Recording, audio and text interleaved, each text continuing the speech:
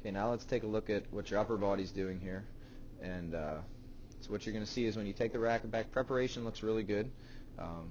The right arm's relatively straight, and you got a good angle here. Sorry, trying to use my angle tool. You got some space there in between your arm and your elbow and your body, which is good. And then the racket head's above your hands. And then what's going to happen is, as you start to rotate and swing forward, racket head's going to drop below your hands a little bit, and it's going to come up. You're going to put some spin on the ball, and that's exactly what happens. Comes around, put spin on the ball, and you make contact with the ball, nice and square. Racket's coming up when you go to hit the ball, and you can see that your racket twists and turns a little bit here, and this is you trying to extend that left arm. And really this is inconsequential because the ball's long gone off your strings, but I'm going to show you how to do this a little better. So what you want to do is, you can see when your racket drops down, what happens is you pull your left elbow towards you, and then your right arm, you lose some of that straightness in your right arm here, and that brings everything close to you. And now what you've done is you've only made the lever as long as your forearm to your hand, so you really don't have that racket very far away from you. So you're going to create a lot of power, but you're leaving a lot. You're losing a lot of efficiency to transfer that power into the ball. And so what you really want to do is, as you drop that racket down, you want to maintain this position.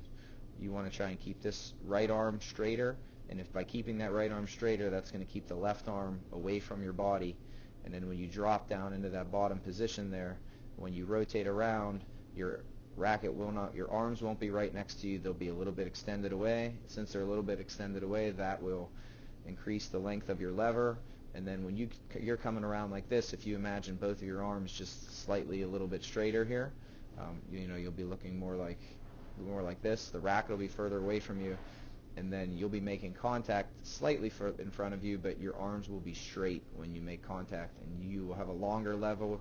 You will, with the same amount of power that you're generating right here, you'll generate by pushing off the ground. You will more efficiently transfer that power into the ball, and you will hit a bigger ball with more spin because you're getting more racket speed. So again, really simple. Try and keep this right arm a little bit straighter. Keep that space between your elbow and your body, and then when you rotate around, those arms will stay straighter when you go to hit, and you will more efficiently transfer energy into the ball. And that's what they really mean when they say extension. You're trying to make contact with the ball as straight as your arm can possibly be.